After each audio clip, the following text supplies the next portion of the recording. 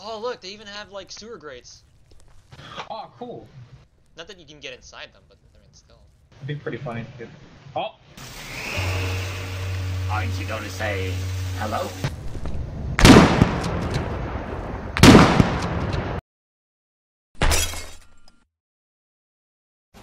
Hey guys, iSawBear here, and today I'll be talking about the update 0.13 for the game Foxhole. Big heads up for this update. By the time you have seen this video, I will have moved out of my house to go work on a contract I've been given. My work is taking me to a location where I do not have readily available Wi-Fi or internet services. So this update is being filmed ahead of time with an early version of the eventual update. That means that if there are any discrepancies between this update video and the actual update, please refer to the patch notes down below. It's probably not a bug, it's probably just that the things have changed since the early version. Okay, without further ado, let's get into it. This update features a few new items, but a lot of mix-up of the old ones. The newest item is the Att Rifle. The anti-tank rifle is an anti-armor weapon that deals armor-piercing damage, which means it does extra damage against vehicles, but not quite as much damage against structures and buildings. It's a long-range weapon, and it's heavy. Much like the HMG, it can only be fired while crouched or prone, and its new ammo, the 13.5mm ammo, and the Att rifles can be crafted at the armory. World Conquest has seen some extensions for some of the maps. The Upper Heartlands has now become just the Heartlands, because they've extended the borders down south and added in a few more towns.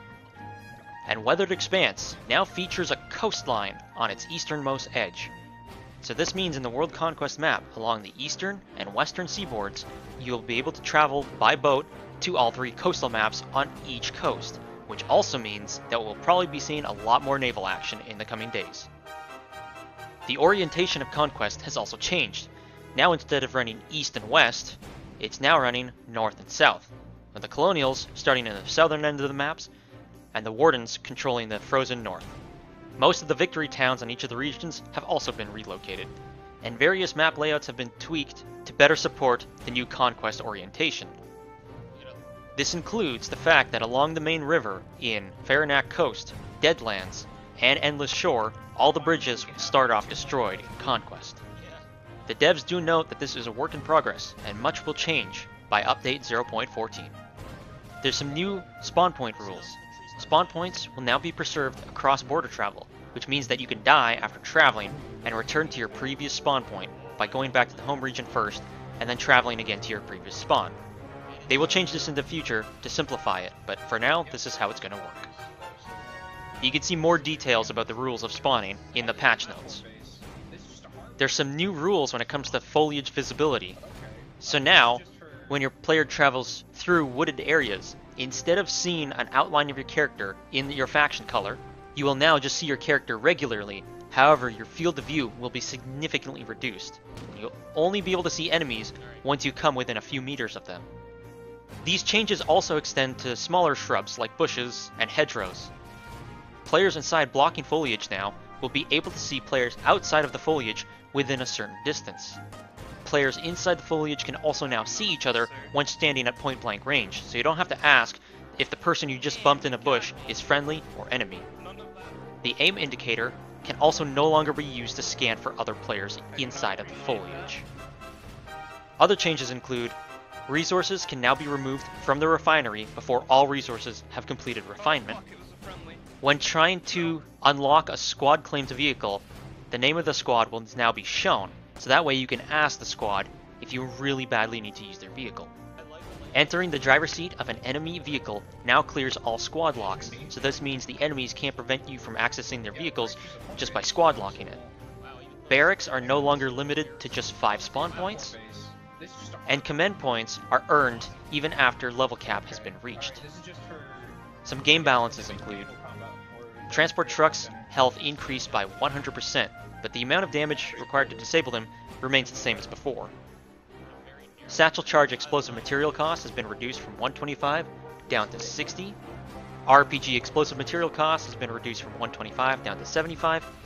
And the light tank ammo explosive material cost has decreased from 120 to 100. Smoke grenade production and assembly time has been reduced by 50%. Radio production has been reduced by 60%. Shotgun effective range has been reduced by 5%. Storm rifle ammo encumbrance value has been reduced by 50%. Garrison houses and barn health has been increased by 20%. Tank trap refined material cost has been reduced from 30 down to 20.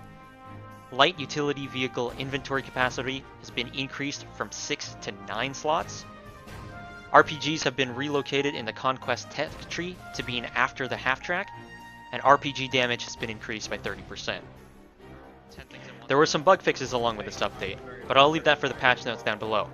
Once again, please, if there's any differences between this update video and the actual in-game effects, please refer to the patch notes, as I am working with an early version of the patch in order to do this video so that I actually have time to move and, figure stuff out with my new job.